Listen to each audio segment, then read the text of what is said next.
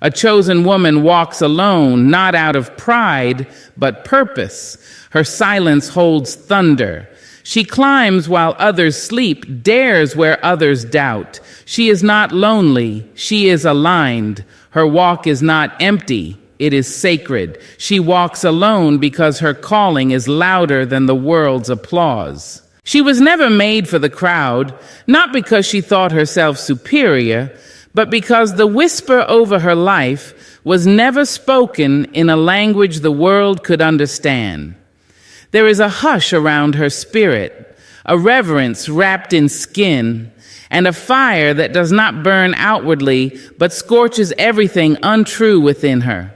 From the moment she first felt out of place in rooms that applauded the inauthentic, she began to understand she was set apart.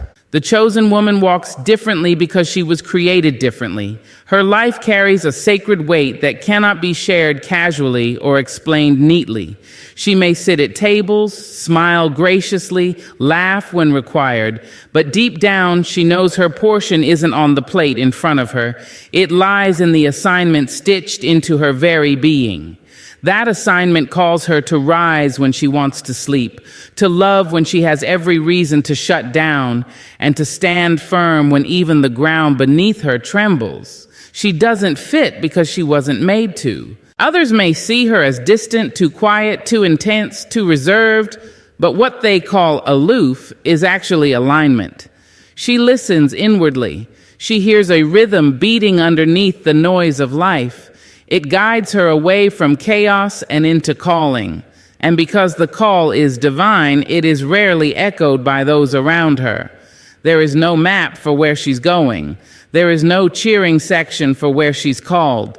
She must walk with conviction, even when doubt bites at her ankles. People often mistake her solitude for sadness, but what they don't know is that heaven speaks clearest in stillness. She is not alone because she's been abandoned. She's alone because she's been selected. There is a difference. One is a result of rejection, the other of refinement. She has been refined by silence, tested by fire, and pulled away from distractions not as punishment, but preparation. When a woman is chosen, her life becomes less about pleasing and more about purpose. She learns that not every good thing is a God thing. She stops saying yes out of fear and begins saying no out of wisdom. She grows tired of shallow connections, empty pursuits, and glitter-coated lies. The chosen woman seeks depth. She knows she cannot afford to dilute herself to be digestible. Her destiny requires her to remain whole, and wholeness often costs her the company of many. Separation doesn't scare her anymore. She's walked too long with shadows to be afraid of her own. She's been misunderstood so many times that clarity from others no longer fuels her. What fuels her now is truth, not borrowed truth, not inherited truth, but truth dug out from the dark places of her soul.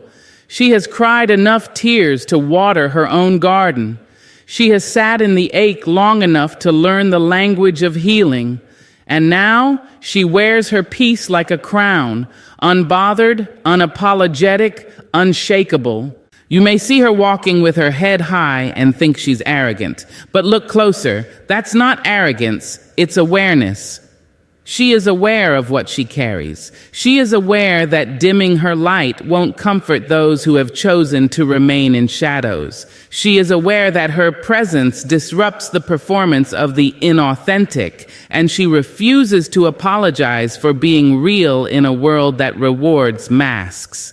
She's not waiting for someone to rescue her. She's not hoping to be chosen, for she already is. Her worth isn't up for debate. It's already been declared. She doesn't chase, she doesn't beg, she doesn't compromise her essence to keep temporary comfort. That's because she knows the divine assignment comes with divine timing, divine connections, and divine outcomes. She's no longer chasing alignment, she is living in it. And even when her knees shake and her heart breaks, she keeps moving. Because this isn't just a journey, it's a covenant. She walks in the name of every silenced voice, every dismissed truth, every woman who was told she was too much. She is the evidence that sacred callings often come wrapped in quiet rebellion and holy fire. And so she walks alone, not because no one will walk with her, but because the path was carved for her feet and her feet alone. There is a sacred silence that surrounds the chosen woman, not born of loneliness, but of deep knowing. Solitude is not her burden, it is her sharpening stone. When the world gets loud and the voices of others grow intrusive, she retreats, not out of fear, but to remember who she is beneath the noise. In that quiet, she doesn't shrink, she strengthens. There, where no one watches and no one applauds, she learns the language of her soul. She has discovered that the most powerful transformation does not happen in crowds. It happens in corners. It happens in the still spaces where the heart is exposed and truth has no place to hide. The chosen woman understands that solitude is not a punishment. It is a privilege. It is the place where the masks fall, the mirrors speak, and the soul stands bare. In those moments, she does not pretend, does not perform, she simply becomes. There is a divine clarity that comes when she steps away. The noise of others' expectations, the pressure to please, the distraction of empty approval, all of it fades. And what's left is raw, real, and undeniable, her calling, her voice, her strength. Solitude becomes her sanctuary, not because she desires isolation, but because it is where she remembers the sound of her own spirit. It is where she sharpens her senses, where her discernment awakens and her wisdom deepens. Most people run from being alone. They fill the silence with anything they can find: people, screens, noise, because they are afraid of what they'll hear when everything else goes quiet. But the chosen woman does not fear her own voice. She listens to it. She studies it. She allows it to speak truths the world cannot offer. In solitude, she meets her shadows and does not flinch. She learns to hold both her softness and her strength without shame. And it is in that very space, away from performance and perception, that she becomes dangerous in the most divine way. Solitude teaches her to trust herself, to rely on no one for validation, to stand rooted in her own essence. She no longer asks for permission to exist loudly, nor does she apologize for being too deep in a world that glorifies shallow. She has tasted the richness of her own thoughts, her own prayers, her own stillness. That taste has made her free. Others may not understand her need to withdraw. They may call her distant, cold, mysterious, but they do not see what happens in the quiet. They do not witness the sacred rituals of her rising. They do not know that she lights candles for her soul, that she sits with her pain like a trusted friend, that she digs through the layers of her heart like a woman on a mission to unearth gold. They do not see her sharpening, not her blade, but her spirit. And with every hour spent alone, she becomes more aligned. She becomes more precise in her purpose, more grounded in her decisions. Her boundaries grow firmer, her yes more intentional, her no more unapologetic. She doesn't beg for company. She doesn't chase after closeness for the sake of proximity. She knows that some closeness is a cage in disguise. She chooses the kind of solitude that sets her soul on fire and leaves her glowing from the inside out. Because when a woman has been alone and not broken by it, but built by it, she becomes unshakable. She is not seduced by empty attention, not weakened by absence. She is fueled by the knowledge that her peace is not dependent on anyone else's presence. And that kind of woman, one who can walk with herself and be whole, is rare and therefore often misunderstood. But she doesn't mind the misunderstanding. She doesn't need to explain her solitude. She has already explained it to herself. She knows that solitude is where her spirit is sharpened into a weapon of light, where her wounds become wisdom, and where her silence speaks louder than any crowd ever could. She walks back into the world not empty, but overflowing, with clarity, with conviction, and with a calm that cannot be shaken. Solitude didn't steal from her. It saved her. It shaped her. It set her apart. There comes a moment in every chosen woman's life when the places that once comforted her begin to feel too small. The conversations that once entertained her now seem hollow. The rooms that once celebrated her now feel suffocating. It's not arrogance. It's not pride. It's growth. She no longer fits into the molds that once held her because her spirit has expanded beyond the boundaries that used to define her. She has outgrown the familiar, not because she wants to leave, but because she can no longer stay. Familiar spaces once felt like home, full of recognition, routine, and roles she had learned to play well. But with every evolution, with every deepening of her self-awareness, those same spaces began to echo with a quiet discomfort. The jokes that used to make her laugh now feel tired.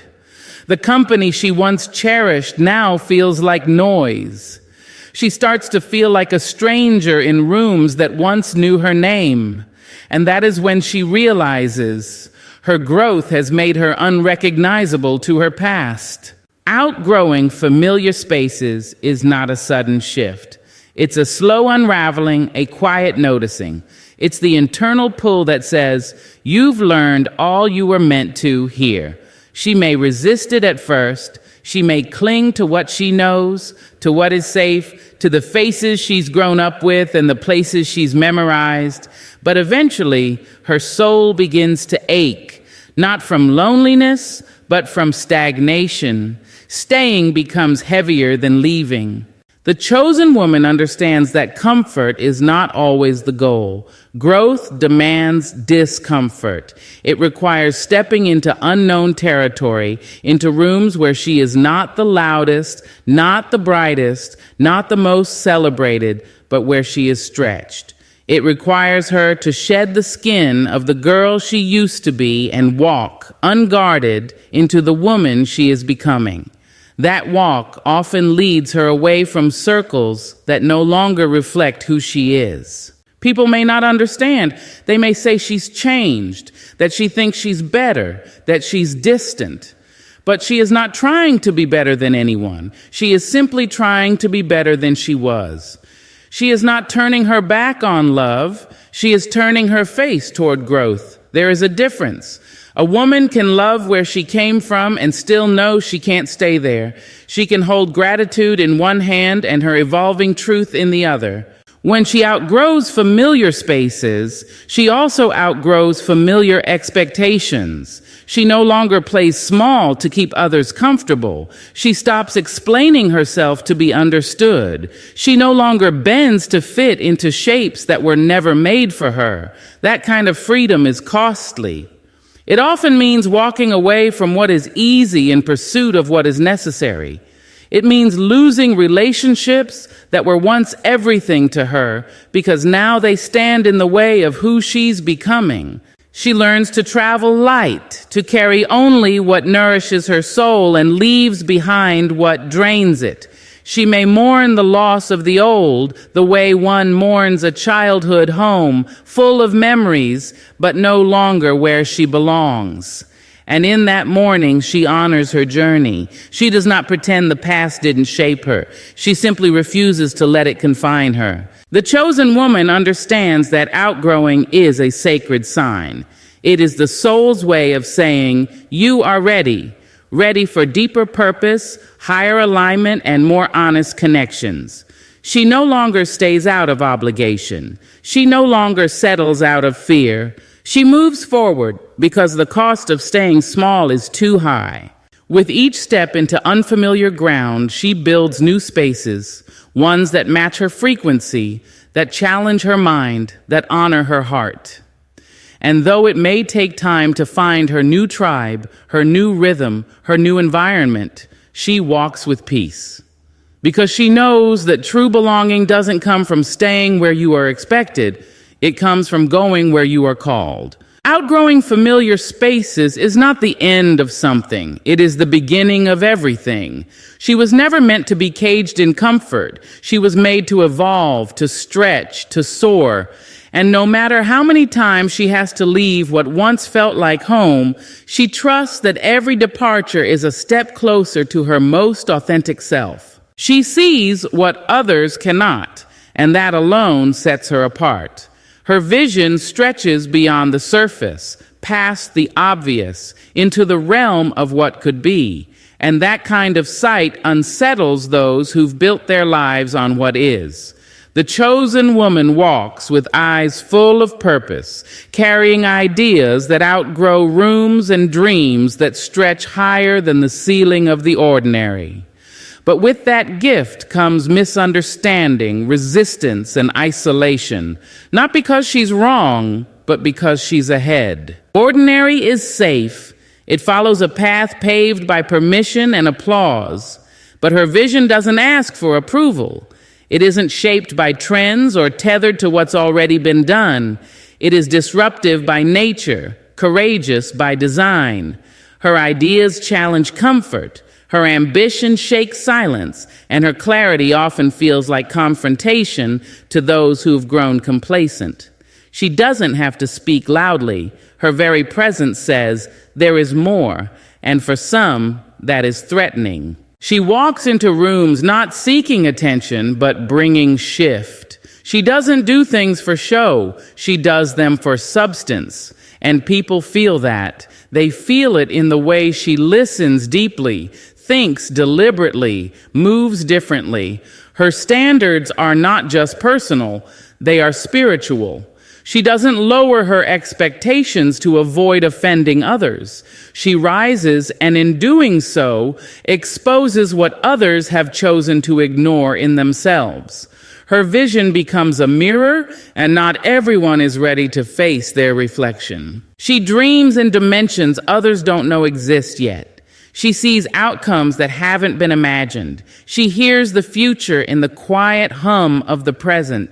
And because of that, she is often called too intense, too much, too focused. But that's only because mediocrity has never seen a woman who doesn't need external direction to move forward. Her compass is internal. Her mission is eternal.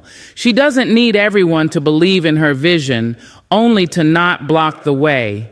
And still, they try. They question her timing, her motives, her process. They whisper behind her back, doubting what they're too limited to understand. But she has learned that resistance is confirmation. She knows that if her vision were comfortable, everyone would rally behind it. But comfort does not create revolutions. Safety does not birth greatness. And so she keeps building even in silence, especially in silence, because she knows that the extraordinary always begins in solitude. She carries her vision like sacred fire, tending to it, protecting it, refusing to let it go dim for the sake of fitting in.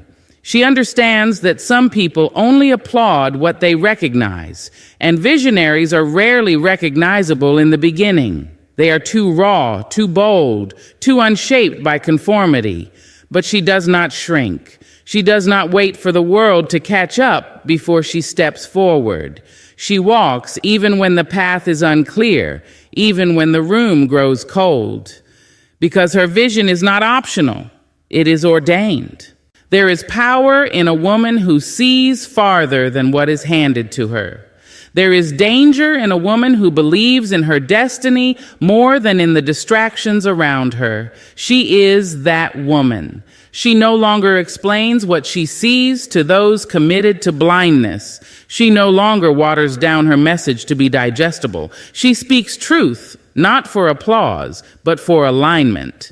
And when her voice shakes, she speaks anyway, because the call is louder than the fear.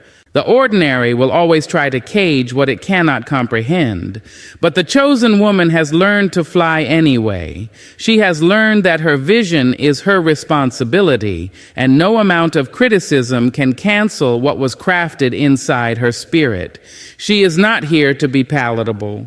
She is here to be purposeful. She's not chasing validation. She's chasing vision, and that chase demands her full self, her full truth, her full fire. So when they stare, when they whisper, when they pull away, she lets them. Not because she doesn't care, but because she no longer needs to be understood to be unstoppable. Her vision may intimidate the ordinary, but it inspires the extraordinary. And that is where she belongs. Not in spaces where she has to hide her sight, but in places where her vision is seen as seed. She is not here to maintain what is. She is here to birth what's next. There comes a moment in a chosen woman's life when the approval she once craved begins to feel like a chain. She no longer waits for applause, validation, or nods of acceptance to breathe freely. She learns that loyalty to self is not selfish, it is sacred. She has bent for too long, folded herself into too many shapes to be digestible, agreeable, unthreatening. But now she chooses to stand in her full form, even if that means standing alone. She understands the cost of betraying herself. She has worn the smile that didn't match her spirit. She has said yes when everything inside her whispered no. She has stayed in rooms that drained her just to keep from being called difficult. She's kept quiet to be polite, softened her truth to keep the peace. But over time, she realized that peace without authenticity is just performance. And performance is exhausting. So, she put down the script and picked up her soul. The chosen woman no longer plays roles written by other people's expectations. She rewrites the narrative in her own ink, guided not by the need to be liked, but by the need to be true. That truth isn't always easy. It comes with loss. It comes with silence. It comes with people pulling away, offended by the very boundaries that protect her. But she no longer makes herself small to fit into containers she has outgrown. She chooses herself even when it's inconvenient, even when it's uncomfortable. Approval is fleeting. It shifts with mood, opinion, insecurity. But loyalty to self is rooted. It anchors her when everything else is shifting. She doesn't follow trends. She follows truth. She doesn't chase applause. She chases alignment. And she has learned that not everyone will celebrate her choosing herself, because many are still afraid to choose themselves. But she does it anyway, not to rebel, but to remember who she was before the world taught her to seek permission. She no longer needs to be understood to feel whole. She no longer requires agreement to feel grounded. She's no longer moved by the fear of disappointing others, because she has seen what happens when she disappoints herself to make others comfortable. That kind of pain runs deep. It creates fractures that no amount of external praise can fill. So now, when faced with the choice between approval and authenticity, she chooses the latter, even if it costs her the former. And in choosing herself, she gives others permission to do the same. Her life becomes a quiet revolution. She is no longer available for roles that require her to disappear. No longer interested in friendships that feed on her silence. No longer willing to participate in dynamics where she must dim her light so others don't feel overshadowed. She is not shining to outshine. She is shining to survive. Loyalty to self is not about arrogance. It's about honor. She honors her boundaries, her energy, her voice. She no longer feels guilty for resting, for saying no, for walking away. She has nothing to prove and everything to protect. Her peace is no longer negotiable. Her truth is no longer hidden, and her worth is no longer up for debate. This kind of loyalty is fierce. It is quiet but unshakable. It is what keeps her steady when the world wavers. She doesn't chase belonging in spaces that require her to betray herself. She waits, she prays, she walks. And the spaces that are meant for her begin to open, spaces where she can exhale, where she can speak without shrinking, where she can exist without editing herself. She's not afraid to be the villain in someone else's story if it means being the hero in her own. She's not here to be palatable. She's here to be powerful. And power does not come from being liked. It comes from being loyal to the woman within, the one who knows, the one who has endured, the one who refuses to abandon herself for the sake of acceptance.